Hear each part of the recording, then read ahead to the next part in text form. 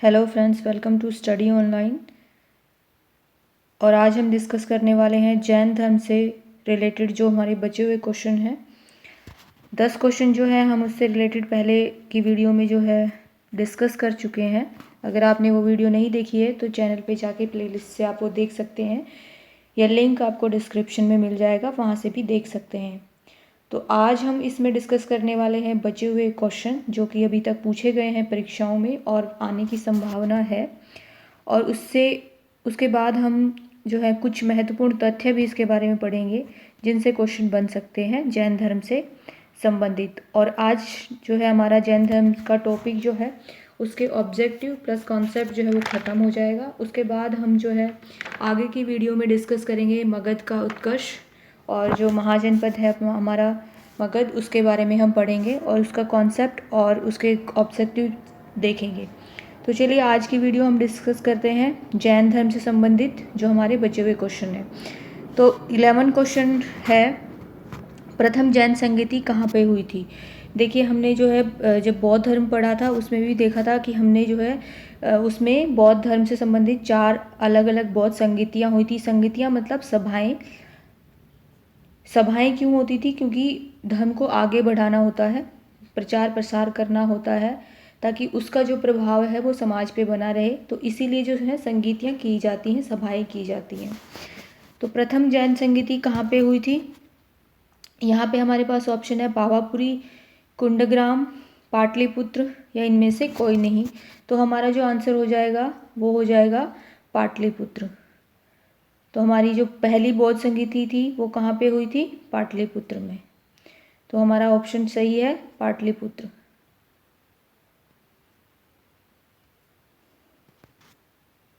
और ये कब हुई थी? इसकी जो डेट है वो है 300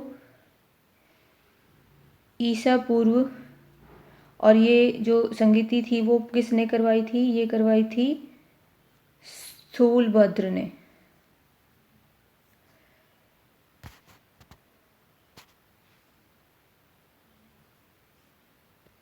नेक्स्ट क्वेश्चन है द्वितीय जैन संगीति कहाँ पे हुई थी? तो ये जो हुई थी पाटलिपुत्र में पहली जो जैन संगीति हुई थी, और दूसरी जो जैन संगीति थी वो हुई थी वल्लभी में। अब ये वल्लभी कहाँ पे है? ये है गुजरात में। वल्लभी कहाँ है? गुजरात में। अगर बात करें इसकी कि ये कब हुई थी, तो ये हुई थी 600 ईसा पूर्व। और इसको किसने करवाया था? इसको करवाया था देवधिगण तथा शमत श्रवण ने। अगर इनमें से कोई भी ऑप्शन में मिलता है दोनों में से, तो आप दोनों में से अगर दोनों में से कोई भी एक ऑप्शन में मिलता है तो आप टिक कर सकते हैं, दोनों ही सही है। और यहाँ पे जो है अध्यक्ष के रूप में श्रमत श्रवण को बुलाया गया था। कौन से काल में जैन धर्म के दो भागों में बट गया था? यानी कि जैसे हमने बौद्ध धर्म में देखा था कि बौद्ध धर्म की 2 अलग अलग शाखाएं महायान और हीनयान बट गई थी, उसी तरीके से जो है जैन धर्म भी आगे चल के जो है 2 भागों में बट गया था। ये भाग बटने का मतलब होता है कि उसमें जो है विचारधाराओं में परिवर्तन आ जाता है। तो जो लोग हैं वो अपने अपने विचारों के हिसाब से अपना एक ग्रुप बना लेते हैं। तो यहाँ पे 2 भागों में बट गया था। तो ये कौन से काल में देखने को मिलता है? तो ये है काल होता है मौर्य काल में। तो यहाँ पे अगर हमसे पूछा जाता है कि कौन से काल में जैन धर्म 2 भागों में बट गया था, तो मौर्य काल में।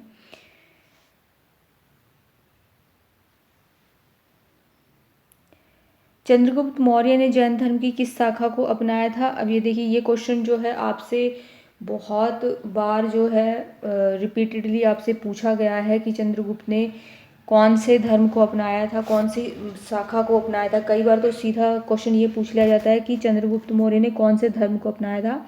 अगर डिटेल में आपका कोई सब्जेक्टिव आपका एग्ज़ाम है तो उसमें आपसे ये भी पूछ लिया जाता है कि कौन सी शाखा को अपनाया था।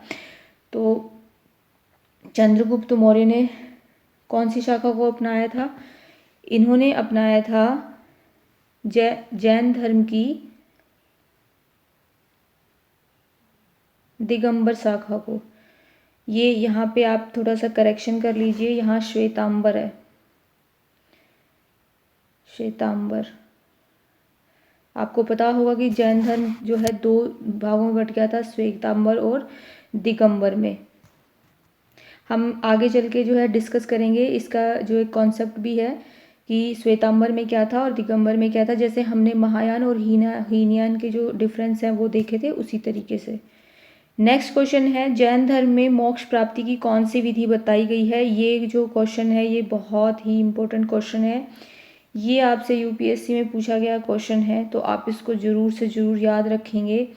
और ये जो है कई जो है स्टेट लेवल के एग्ज़ाम में भी पूछा गया क्वेश्चन है। तो यहाँ पे अगर देखें तो जैन धर्म में मोक्ष की प्राप्ति जो है कौन सी विधि से लिखी गई है, मानी गई है, तो वो होती है संलेखना विधि, या इसको कई बार आप को ऑप्शन में मिलेगा संथरा विधि। तो दोनों ही ऑप्शन ठीक है, दोनों ही जो है आप एक दूसरे के पर्यायवाची हैं, संथरा विधि और संलेखन विधि। अब ये होती क्या है ये देख लीजिए कि इसमें क्या होता है, भूखे रह के प्राण त्यागने पड़ते हैं। तो चंद्रगुप्त मौर्य ने भी अपने जो है मोक्ष की प्राप्ति ऐसे करी थी, संलेखन विधि से की थी, यानी कि उन्होंने भी भूखे रहकर जो है वो प्राण त्याग दिए थे। तो कई बार क्वेश्चन आपसे इस तरीके से भी पूछ लिया जाता है कि चंद्रगुप्त मौर्य ने कौन सी विधि के द्वारा जो है अपने प्राण त्याग दिए थे। तो ये संथरा विधि या संलेखन विधि है।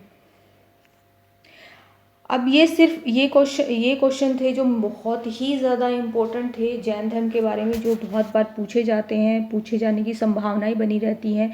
इन्हीं की जो लैंग्वेज है वो आपसे घुमा फिरा के पूछ ली जाती है। अब हम बात कर लेते हैं जैन धर्म से रिलेटेड जो हमने अभी तक पढ़े हैं उसके कॉन्सेप्ट के बारे में थोड़ा। यहाँ पे अन्य महत्वपूर्ण तथ्य में देख लेते हैं कि क्या क्या है। अन्य महत्वपूर्ण तथ्य की बात करें तो हमने बात करी थी कि जैन धर्म जो है वो 2 भागों में बट गया था। एक भाग था श्वेतांबर,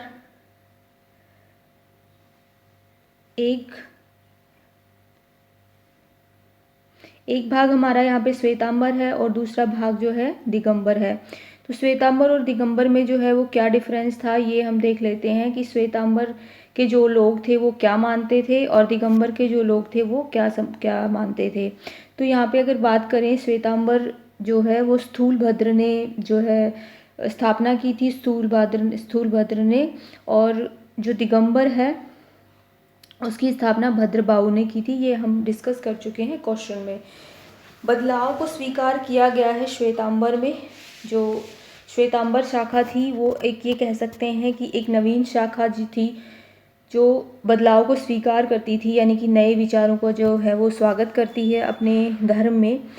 और वहीं अगर दिगंबर की बात करें तो वहाँ पे बदलाव को स्वीकार नहीं किया गया, यानी कि उन्होंने कहा है कि जैसा प्रारंभ से जो जैन धर्म चलता आ रहा है वही सही है और हम उसी को मानेंगे।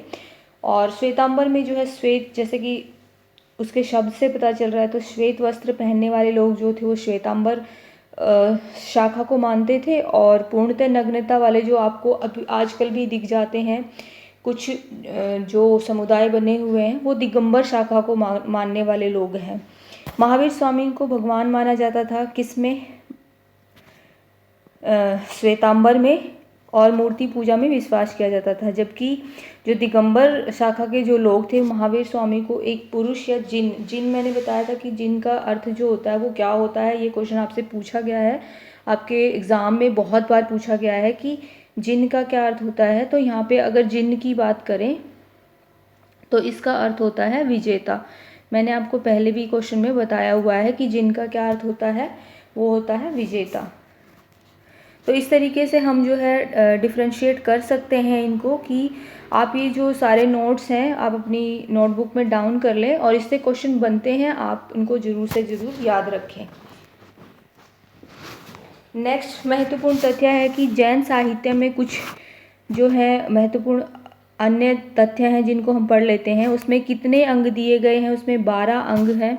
अंग का मतलब होता है जैन सिद्धांत जो बताए गए हैं कि कितने सिद्धांत हैं, तो 12 सिद्धांत है, उपांग है। अंग का विस्तार यानी कि 12 ही उपांग है उसमें। प्रकीर्ण कितने हैं, ग्रंथों का विश्लेषण करके जो दिया हुआ है वो 10 हैं। छेद सूत्र जो है वो 6 हैं और मूल सूत्र भी 6 हैं। मूल सूत्र और छेद सूत्र दोनों ही क्या है, तो ये दोनों ही जो है भिक्षु और भिक्षुणियों के नियम है कि अगर आप जो है इसके संघ में शामिल होते हैं तो आपको किन किन नियमों को मानना पड़ेगा। वो सब जो नियम है, आपको किस तरीके से रहना है, क्या क्या नियमों का पालन करना है, आपका जीवन कैसा होगा और आप किस तरीके से धर्म का प्रचार प्रसार करेंगे, ये सब नियम जो है वो छेद सूत्र और मूल सूत्र में दिए हुए हैं। तो कई बार क्या होता है, आपसे इनकी जो संख्या है वो पूछ ली जाती है, तो आप ये भी ज़रूर याद रखेंगे। और अगर आपका ऑप्शनल सब्जेक्ट है तब तो आपके लिए ये बहुत ही इम्पोर्टेंट हो जाता है कि आप इस चीज़ को याद रखें। आगे देख लेते हैं जैन साहित्य का जैन साहित्य को जो है एक पर्टिकुलर नाम दिया गया है जिसको कि आगम कहा गया है।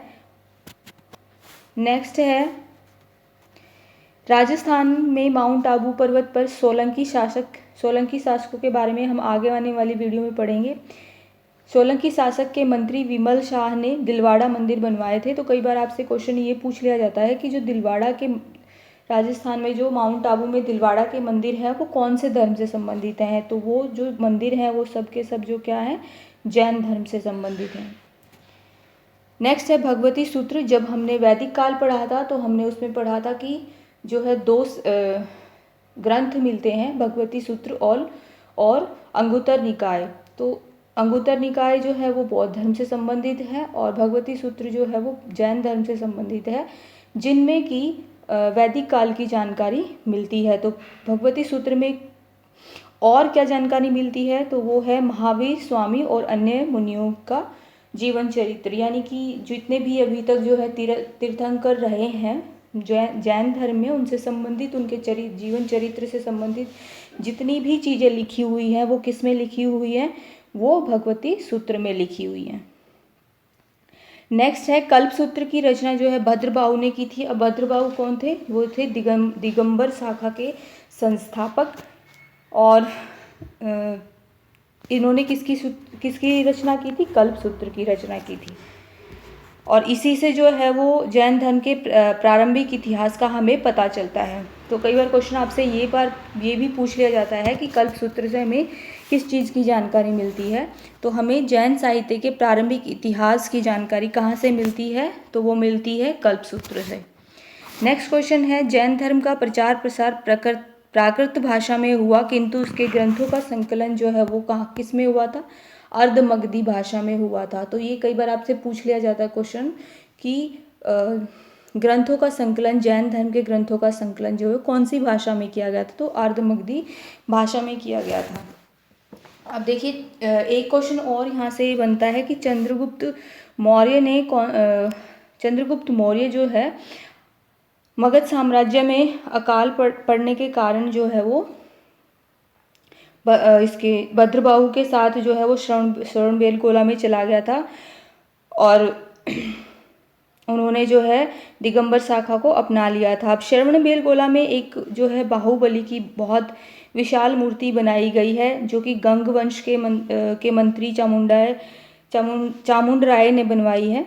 और वहाँ पे क्या होता है, प्रति 12 वर्ष में एक मस्तकाभिषेक त्यौहार मनाया जाता है जो कि जैन धर्म से ही संबंधित है। तो कई बार आपसे ये भी क्वेश्चन पूछ लिया जाता है। तो ये था हमारा जैन धर्म के बारे में वीडियो, और जो है हमने टोटल यहाँ पे महत्वपूर्ण 15 क्वेश्चनों को शामिल किया है। उसी के साथ साथ हमने जो है इसमें जितने भी बनते हैं क्वेश्चन जैन धर्म से संबंधित वो सभी डिस्कस कर लिए हैं। अगर आपको जो है इसके अलावा कोई अलग से क्वेश्चन दिखता है तो वो आप कमेंट करके बता सकते हैं, या आपको कुछ इस चैप्टर को पढ़ने में दिक्कत आ रही है, ऑब्जेक्टिव बनाने में दिक्कत आ रही है, तो वो भी कमेंट करके बता सकते हैं। वीडियो कैसी लगी कमेंट करके ज़रूर बताइएगा, अपना स्कोर भी बताइएगा और ऐसे ही अपनी तैयारी को लगातार जारी रखिए। मिलते हैं नई वीडियो में जो कि होगी मगध साम्राज्य से रिलेटेड। तब तक के लिए Stay healthy and best of luck for your exam.